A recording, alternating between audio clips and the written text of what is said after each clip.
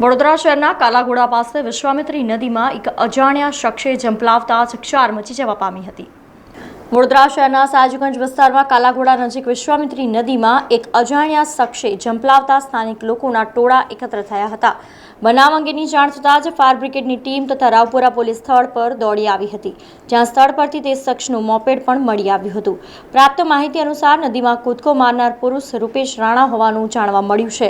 આ અંગેની જાણ થતાં રૂપેશ રાણાના પરિવારજનો પણ આવી પહોંચ્યા હતા, જોકે હાલ ફાયર બ્રિગેડ દ્વારા તેની શોધખોળ કરવામાં આવી રહી છે।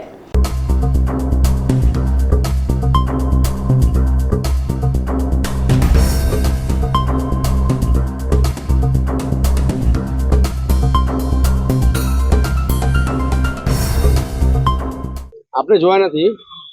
પોલીસ ભાઈ કીધું તો બોલે આટલામાં કઈ ચપ્પલ કાઢી એક્ટિવા મૂકીને ભાઈ પડ્યા છે, પણ પડ્યા છે કેમેરામાં પેલું એ સુધી આવી છે, પણ પડતા નહીં જોયા, પણ તોય છતાં અમારે કામગીરી ચાલુ છે। ના એવું કઈ નહીં, પેલા એમના સંબંધની એક્ટિવા વાળા કઈ સામે છે। બસ માહિતી એવું મળી કે અમારા કંટ્રોલમાંથી માહિતી એવી મળી કે પંચમુખી હનુમાનદાના મંદિરની સામે આપણે આ જે મોટર છે ને આપણે તઈ એક્ટિવા પડી છે અને ચપ્પલ તે કાઢીને એમનું ચપ્પલનું લોકેશન બતાવે છે।